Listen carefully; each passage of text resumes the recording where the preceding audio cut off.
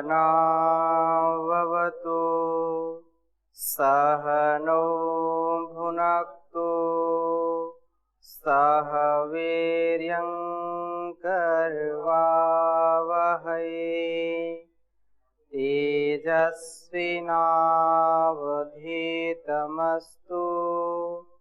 मा विद्विषावहै। ओम शांति शांति शांति। वैदिक जीवन पद्धति में हम अष्टांग योग के माध्यम से ध्यान की चर्चा कर रहे हैं, जो हमारे लिए अत्यंत लाभकारी है। बिना इसके जीवन हमारा चल नहीं सकता है, क्योंकि मन का जो नियंत्रण है वह प्राणायाम से लेकर के प्रत्याहार तक किया, धारणा में उसकी और विशेष जो स्थिति है उसमें परिष्कार किया, और उसके बाद ध्यान, क्योंकि धारणा ध्यान का प्रथम सोपान है, ध्यान दूसरा सोपान है और समाधि तीसरा सोपान है। यदि हम व्यवहार काल की बात करते हैं तो प्रत्येक स्थिति में हम जब तक किसी कार्य में अपने को पूरा समाहित नहीं करते, जब तक हम पूरा उसके प्रति अपने को लगा नहीं देते हैं, जब तक हमारे मन में, हमारे शरीर में, हमारे व्यवहार में चंचलता रहेगी, तब तक उस कार्य में सिद्धि नहीं होती है। ये स्थूल रूप में हम देख सकते हैं। वैसे उस परम पिता परमेश्वर की प्राप्ति के लिए, उस विधाता की प्राप्ति के लिए या अपने आत्म ज्ञान के लिए जितना हम अपने को निर्मल बना करके सबल बने, निर्बल ना हो और निर्मल हो जाएं, निर्बलता को हटा करके निर्मलता का आधान करें, तब जा करके हमारा ध्यान लगता है। और ध्यान वह साधन है हमारे जीवन का, जो व्यक्ति बाह्य सुख में बहुत क्षणिक सुख मिलता है तो बहुत वो प्रसन्न होता है, बहुत उसको हार्दिक प्रसन्नता होती है, लेकिन अंदर का जो सुख है, अंदर का जो परिज्ञान है, वो तो ध्यान से ही आएगा।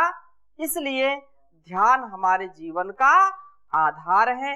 बिना ध्यान के ये जीवन कभी महान नहीं बन सकता है।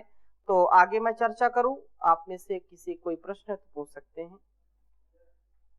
स्वामी जी, हम व्यस्त जीवन में होते हुए ध्यान करते हैं, लेकिन फिर हम भटक जाते, पर नहीं पहुंच पाते वहां तक, तो गृहस्थ जीवन, क्योंकि जो ऋषियों ने परंपरा बनाई है और बहुत उन्नत, बहुत ही पावनी परंपरा है।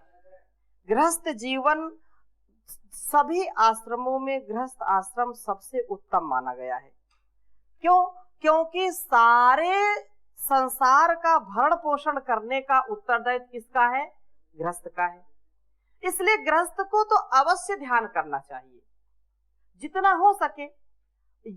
पंच महायज्ञ की जो बातें हैं, और जो गृहस्थ जहां पर ध्यान है, जहां पर ज्ञान विज्ञान है, जहां पर आध्यात्म है, उस घर में ही स्वर्ग है। और जहां पर ध्यान नहीं है, जहां पर ज्ञान नहीं है, जहां पर एक दूसरे के प्रति ध्यान नहीं दिया जाता है, जहां पर परस्परता का ध्यान नहीं दिया जाता है, जहां पर एक दूसरे की सुख दुख का ध्यान नहीं दिया जाता है, जहां एक दूसरे की उन्नति का ध्यान नहीं दिया जाता है, वो घर घर नहीं है, वो शमशान है।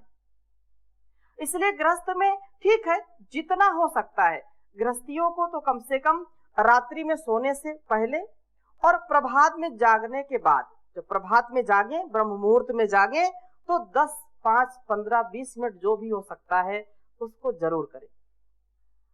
ये कोई आवश्यक नहीं है कि कितना उत्तरदायित्व घर का है। ये कोई आवश्यक नहीं कि आप कितने वेद उपनिषद दर्शन पढ़े हैं। ये आंतरिक उन्नति है, ये आंतरिक ज्ञान है, आंतरिक व्यवहार है। और जितना जो व्यक्ति इसका ध्यान करता है, उस परमात्मा में समर्पित होकर के अपने इंद्रियों को संयमित करके अपने प्रत्येक कार्य का ध्यान करके होशो हवास में जीवन व्यतीत करता है, उसका जीवन महान बनता है। गृहस्थ में यदि आप पूरा वैरागी बनना चाहेंगे, पूरा ध्यानी बनना चाहेंगे तो संभव नहीं है। लेकिन सच्चे गृहस्थ बनने के लिए व्यक्ति को कम से कम प्रभात में और सायं सोने से पहले जितना हो सकता है ध्यान करेंगे, उसी से व्यक्ति का कल्याण हो जाता है। इतना साहस, इतना सामर्थ्य, इतनी शुचिता, इतनी पवित्रता बढ़ेगी और इतना व्यक्ति का संतुलन बनेगा कि वो उसका क्रोध, काम, लोभ, ईर्ष्या, मोह और जो अनावश्यक चीजें आती है वो धीरे धीरे समाप्त हो जाती है, यदि 10, 15, 20 मिनट भी यदि वो ध्यान करता है। और ये तो प्रभात की और मैंने शयन काल की बात की। लेकिन किसी को भी यदि लगता है कि बहुत ज्यादा उलझन है, क्रोध वो आता है, तो जब भी उसको अवसर मिले 1 मिनट 2 मिनट गहरी श्वासों के साथ ध्यान आत्मक अवस्था में रहेगा तो उसके जीवन में जो भी उलझन है उसका समाधान मिलेगा। स्वामी जी, जैसे हम रोज योग कक्षा चलाते हैं अपनी गाँव में, तो रोजाना 1 घंटे योग प्राणायाम एक्सरसाइज करते हैं, उसका भी लाभ हमारे गृहस्थ जीवन में जरूर मिलेगा। कहते हैं कि अवश्यमेव भोक्तव्यम कृतम कर्म शुभाशुभम न भुक्तम क्षीयते कर्म जन्म कोटि शतैरपि। तुम्हारे द्वारा जो भी कर्म किया जाता है, चाहे वो शुभ हो या अशुभ हो, वो जरूर फल देने वाला होता है। तो 1 घंटा आप योग करते हैं, प्राणायाम करते हैं, इतना उसका सकारात्मक प्रभाव है तो प्रत्यक्ष में तो दिखाई नहीं पड़ता है।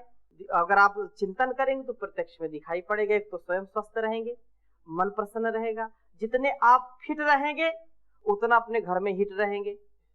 ठीक है, व्यक्ति का तन मन जितना फिट रहेगा वही व्यक्ति जो है हिट हो जाता है। आजकल जो है फिट इंडिया कोई कार्यक्रम भी चला है ना, हाँ, तो माननीय प्रधानमंत्री ने जो फिट इंडिया चलाया है, और फिट इंडिया कब होगा? जितना जीवन में व्यक्ति जो है अपने को फिट रखेगा, फिटनेस जितनी अच्छी उसकी रहेगी उतनी हिटनेस रहेगी। तो ऐसा बिल्कुल आप 100% इस बात को माने कि आपका भले ही क्योंकि हो सकता है कि गृह कार्य में या घर की जिम्मेदारियों में जब हम थोड़ा सा लोक का कार्य करते हैं या जैसे हम कुछ सामाजिक सेवा करना चाहते हैं तो बड़ी उलझनें आती हैं। आप घर में अतिथि बैठे हैं, आप बाहर सेवा कर रहे हैं तो घर के लोग नाराज होंगे, वो उनका अलग पक्ष है। लेकिन ये निश्चित रूप से यदि निष्कपट, निश्चल, निर्द्वंद, निर्भार और निरहंकार होकर के यदि हम दूसरों की सेवा के लिए, दूसरों की समृद्धि के लिए, दूसरों को उठाने के लिए यदि कार्य करेंगे तो व्यक्ति अपने आप कब उठ जाता है, कब उसका उत्थान हो जाता है उसको पता नहीं चलता है। दूसरों के हित के लिए हम कार्य करते हैं तो यद्यपि हम लगता तो हम दूसरों के लिए कर रहे हैं लेकिन वास्तव में अपने लिए कर रहे होते हैं। इसलिए कभी भी इस बात को शंका नहीं करना कि इससे क्या घर में या हमारे प्रभाव पड़ता है। 100% पड़ता है, प्रत्यक्ष अप्रत्यक्ष रूप में पड़ता है। आपने किसी को आरोग्य दिया, 2, 4, 10, 20, 100, 50 लोगों के जीवन में सुख शांति दे दी तो आपको वो शुभकामनाएं देते हैं, आपके परिवार को शुभकामनाएं देते हैं, जिससे लोगों के जो अच्छे भाव हैं उससे हमारे अंदर जो है सकारात्मक ऊर्जा का संचार होता है। हमारे घर में भी सकारात्मक ऊर्जा का संचार होता है, लोगों में सादगी आती है। फिर कुछ लोग यदि घर में या बाहर कुछ बोलेंगे तो लोगों का काम है बोलना, कुछ तो लोग कहेंगे, लोगों का काम है कहना। ओम स्वामी जी प्रणाम। स्वामी जी, जैसे ध्यान के विषय में हम जब देखते हैं कि कुछ लोग तो हिमालय में भी ध्यान करने के लिए साधु संत जाते हैं, कुछ आश्रमों में भी ध्यान करते हैं, और जैसे विद्यालय में विद्यार्थी पढ़ रहा है तो अध्यापक कहता है ध्यान से मेरी बात को सुनिएगा, या रास्ते में चलते हैं, गाड़ी चलाते हैं तो ध्यान से। तो इस ध्यान और उस ध्यान में अंतर क्या है? मैंने पहली कक्षा में जब भूमिका ध्यान की रख रहा था आपके समक्ष तो मैंने एक बात कही थी कि ध्यान एक तो ये है कि हम अपने अंतर जगत का ध्यान रखें। एक अंदर जगत है, एक बाहर जगत है। अंदर के जगत के लिए आपको एकांत चाहिए, ठीक है। ध्यान दोनों के लिए परम आवश्यक है। अंतर के जगत के लिए आप हिमालय में भी जा सकते हैं, गुफाओं में जा सकते हैं, एकांत में जा सकते हैं, यदि आपके ऊपर कोई विशेष उत्तरदायित्व नहीं है। संन्यास और ब्रह्मचर्य की दीक्षा के बाद व्यक्ति को विशेष ध्यान के लिए प्रयत्न करना चाहिए, क्योंकि जितना वो ध्यान करेगा उतना संसार के लिए उपकारी होगा। लेकिन यदि गृहस्थ जीवन, जैसा आपने निवेदन किया, गृहस्थ जीवन है तो बेचारा वो घर छोड़ करके कब तक हिमालय दौड़ता रहेगा।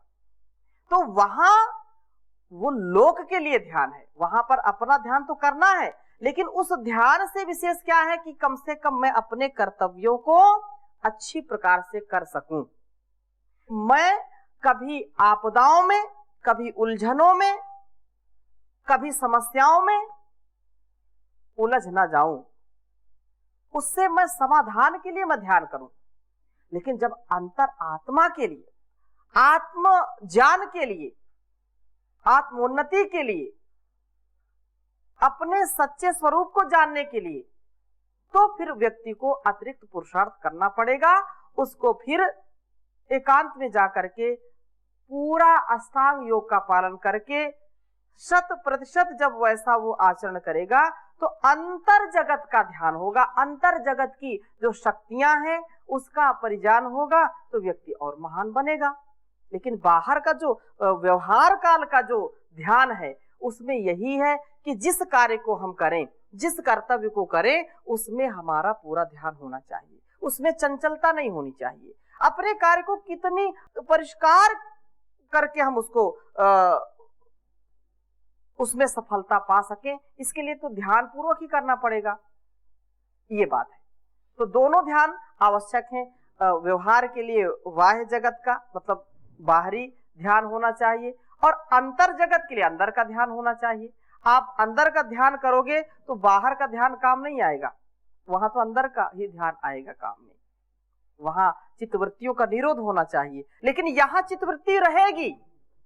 आप किसी के साथ व्यवहार करते हैं तो आपको ध्यान है, ज्ञान है, एक साथ कितने कितने प्रकार के आप कार्य करते हैं, तो वहां तो चित्तवृत्ति काम करेगी नहीं, तो जो है समस्या हो जाएगी। लेकिन समाधि की प्राप्ति के लिए आपको अंतर जगत का जो ध्यान है उसमें ध्यानम निर्विषयम मनः, वहां पर विषय रहित हो जाना चाहिए। लेकिन यहाँ तो विषय सामने उपस्थित रहेंगे, तो यहाँ भी ध्यान हो रहा है संसार के लिए। जी, और किसी का? ओम स्वामी जी, क्या ध्यान और मेडिटेशन एक ही व्यवहार के पहलू हैं या अलग अलग हैं?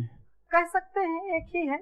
और ध्यान मैंने एक विस्तार से, ऋषियों का एक विस्तार है, उसको अंग्रेजी मेडिटेशन केवल अपने को बिल्कुल केंद्रित रखना, एक ही चीज है, उसमें कोई वो नहीं है। केवल एक आंग्ल भाषा का शब्द है, एक संस्कृत का शब्द है ध्यान। ओम स्वामी जी प्रणाम। आप अभी बताया ध्यान दो प्रकार के है, एक तो बाहर की ध्यान है और के अंदर की ध्यान है। बाहर की ध्यान तो संसार की व्यवहार की स्तर पर थोड़ा बहुत चलता है कि उसको ध्यान में रख के जो भी अपना कर्तव्य है, जो भी जिसको कार्य करना है, थोड़ा बहुत इसमें कार्य में लगे होते हैं, वो ध्यान भी आप आ जाता है। आपकी जो अंतर ध्यान की बात कर रहे हैं, ये अंतर ध्यान किसके करेंगे और अंदर कैसे ध्यान करेंगे और इसको कितना समय तक करें, इसका ऊपर थोड़ा प्रकाश डालें। इसकी चर्चा भी हम कर ही रहे हैं कि अंदर के ध्यान को कैसे करें, बाहर के ध्यान में। तो एक व्यवहारिक बात बताई कि संसार में जितना भी हम कार्य करते हैं और बिना ध्यान के तो हो नहीं सकता। ध्यान का मतलब पूरी एकाग्रता के साथ। यदि हम यहाँ पर बैठे हैं और हमारे अंदर कोई दूसरा विषय चल रहा है, तो इस सत्संग का, इस कक्षा का कोई लाभ मिलने वाला नहीं है।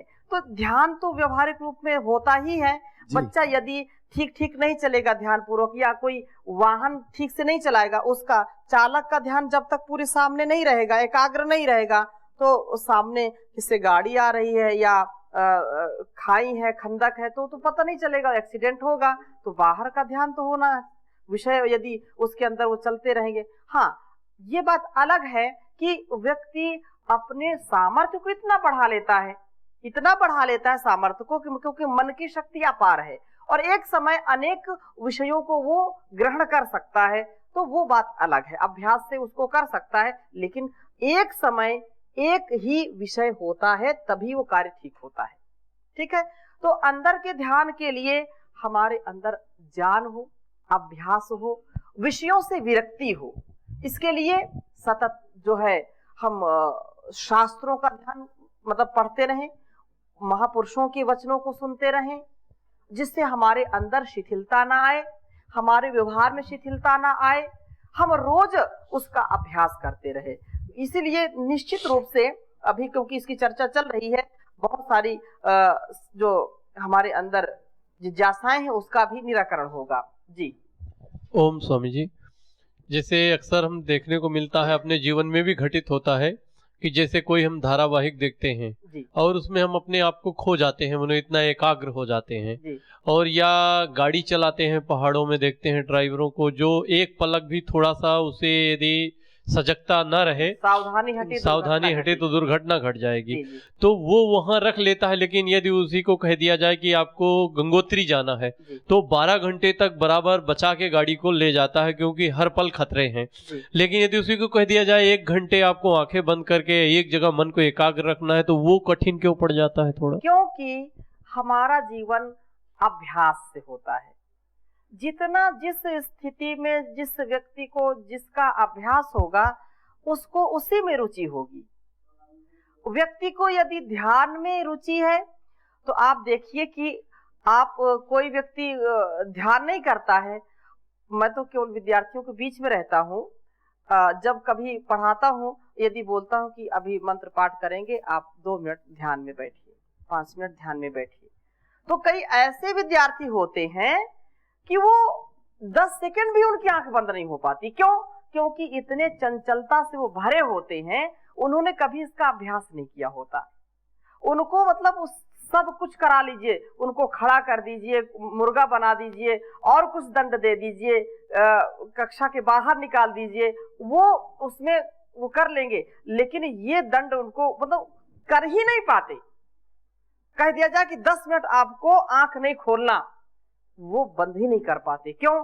क्योंकि उसका कभी अभ्यास उन्होंने किया नहीं। अभ्यास यदि करेंगे, जो अभ्यासी होते हैं उनको बोलो कि आप कुछ चंचलता पूर्वक कार्य करो, तो वो जिस समय उनका ध्यान का समय होगा वो अपने आप वो आंख बंद होगी, अपने आप वो बैठेंगे और घंटों घंटों बैठेंगे। तो ये अभ्यास से ही होता है। ये हमारे अभ्यास, हमारे संस्कार जैसे होंगे वैसी व्यक्ति की प्रवृत्ति होती है, वैसी उसकी प्रकृति होती है। ओम स्वामी जी, जी। जैसे कि एक श्लोक आता है, अभ्यास वैराग्यम तन्निरोधा। अभ्यास वैराग्याभ्याम तन्निरोधा सतु दीर्घ काल नैरंतर सत्कार आसेविता दृढ़ भूमि। ये सूत्र है पहले ही पाद का। तो ये अभ्यास से ही सारी चीजें होती हैं। ठीक है जी, आप कुछ पूछना चाहते हैं? ओम स्वामी जी, जी 3 शक्तियां हमने सुनी हैं, तन की शक्ति, मन की शक्ति और आत्म शक्ति। जी जी। तो ये तीनों शक्तियां इंडिविजुअल हैं, अलग अपने आप में स्थिर हैं, या एक दूसरे से अटैचमेंट करके एक दूसरे से सहयोग करके शक्तियां ले लेते हैं? जैसे आत्मा सर्वोपरि है जी। क्या आत्मा इन तन को और मन को शक्ति बांटता है या मन सबको बांटता है? ये कैसा कैसा विभाजन है ये या एकल वो है? जी ओम। बिना आत्मा के ये मन नहीं चल सकता और बिना मन के शरीर नहीं चल सकता। ठीक है, आत्मा सबका स्वामी है। आत्मा इन जो है इनसे कार्य लेता है। आत्मा के ये करण हैं, ये यंत्र हैं। इसलिए आत्म शक्ति सर्वोपरि है। आत्म शक्ति जितनी हमारी प्रबल होगी उतनी हमारी मानसिक शक्ति प्रबल होगी, और जितनी मानसिक शक्ति प्रबल होगी उतनी शारीरिक शक्ति प्रबल होगी। व्यक्ति यदि शरीर से कमजोर भी है, शरीर से रोगी भी है, लेकिन मन में कभी उसके हार नहीं है, कभी उसको कोई शोक नहीं है, कभी उसको कोई हताशा निराशा नहीं है, मन से यदि व्यक्ति मजबूत है तो वो सारे कार्यों को शरीर कमजोर होते हुए भी करता है और उसका शरीर साथ देता है। और उसका यदि मन बहुत प्रबल है, शिव संकल्प से युक्त है, तो उतना फिर वह आत्म शक्ति को प्रबल करता है, क्योंकि स्वामी को उसके जो यंत्र है, जो उसके सेवक है, यदि सेवक नहीं होंगे तो आत्मा भी कुछ काम करने के लिए सक्षम नहीं होगा। यद्यपि आत्मा क्या है, स्वामी है, परंतु स्वामी सबको शक्ति दे रहा है। यदि राजा नहीं है तो प्रजा कितनी भी बलशाली हो, वो या सैनिक यदि है, सेनापति है, तो बिना राजा के, बिना उसके जो है कार्य करने में सक्षम नहीं होते हैं। इसलिए एक दूसरे के पूरक हैं। जी। तो हम आगे चर्चा करें। पिछली कक्षा में हमने कहा था कि तत्र प्रत्येक तानता ध्यानम, कि जिस स्थान में धारणा की हुई होती है उसी स्थान में जे विषय अर्थात जो जानने के हम इच्छुक हैं, जो जानना चाहते हैं, जान का एक समान बना रहना, उसमें कोई इधर उधर ना होना, ये जे विषयक ज्ञान से भिन्न ज्ञान की उपस्थिति ना करना, ये ध्यान कहलाता है। और महर्षि व्यास जी इसी में लिख रहे हैं कि तस्मिन् देशे ध्येय आलम्बनस्य प्रत्यस्यैकतानता सदृशः प्रवाहः प्रत्यंतरेणा प्रमृष्टो ध्यानम, कि उस धारणा विषयक प्रदेश में ध्येय रूपी जो हमारे ध्येय है, आलंबन वाले ज्ञान की एक रूपता का समान प्रवाह अर्थात दूसरे ज्ञान से अमिश्रित ज्ञान प्रवाह ध्यान कहलाता है। उसमें मिश्रण ना हो, एक ही रूपता हो, एकाग्रता हो, एक ही अग्र हो, एकाग्रता अर्थात एकाग्र होना बोलते हैं ना, एक को ही अग्र में रखें, सामने एक ही चीज हो, एक ही विषय हो, एक ही स्थान हो, अनेक स्थान पर हमारा चित्त जाए ना, यही एकाग्र है, ये एकाग्रता है। और यही क्या है, ध्यान है। एक ही विषय को लक्ष्य बना करके उसमें आगे रहना। योग जिज्ञासुओं को ध्यान के विषय में विशेष रूप से जानना चाहिए। ईश्वर का ध्यान करने वाले साधकों को प्रथम शब्द प्रमाण अथवा अनुमान प्रमाण से ईश्वर के स्वरूप को अच्छे प्रकार से जान लेना चाहिए। यदि साधक ईश्वर के स्वरूप को ठीक प्रकार से नहीं जानते अथवा विपरीत जानते हैं तो ध्यान में सफलता नहीं मिलती है। जैसे शब्द प्रमाण से यह जान लिया कि ईश्वर सर्वव्यापक है, सर्वज्ञ है, सर्व शक्तिमान है, आनंद स्वरूप है, तो वैसे ध्यान करते समय भी इसी प्रकार से ईश्वर को जैसा जाना वैसा ही मानना, वैसा ही उसको अनुभव करना, उससे भिन्न नहीं मानना। जो जैसी है उस वस्तु को वैसी जान करके ध्यान करना चाहिए। ध्यान करते समय जिस पदार्थ का ध्यान किया जाता है उसको छोड़ करके अन्य पदार्थ का स्मरण नहीं करना चाहिए और न इंद्रियों से किसी पदार्थ को देखने का प्रयत्न करना चाहिए। यदि ध्यान के मध्य में मन से ध्येय से भिन्न कोई विषय उठता है या मन चला जाता है तो उसको रोक देना चाहिए। और इसी को महर्षि कपिल ने भी कहा है, जैसा यहाँ पर महर्षि पतंजलि कह रहे हैं कि एक ध्यान होना चाहिए, धारणा में जो जे है विषय उसका पूरा परिज्ञान हो, उससे इतर नहीं, उससे भिन्न नहीं। तो महर्षि कपिल भी सांख्य दर्शन में कहते हैं रागोपहतिर ध्यानम, कि राग बहुत उत्तम बात है, इसको आप लिख लीजिए, बहुत अच्छा सूत्र है कि ध्यान के विषय में महर्षि कपिल भी लिख रहे हैं कि ध्यान क्या है। तो ध्यान के स्वरूप का वर्णन करते हुए रागोपहतिर ध्यानम,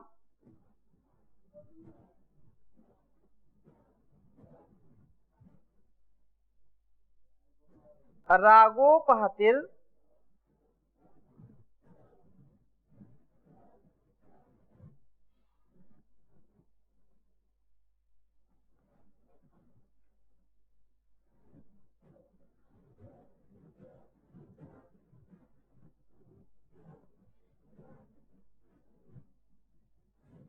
रागोपहतिर ध्यानम, ये जो है सांख्य दर्शन का सूत्र है, तृतीय अध्याय का 30वां सूत्र है। इसको लिख लीजिए आप, सांख्य दर्शन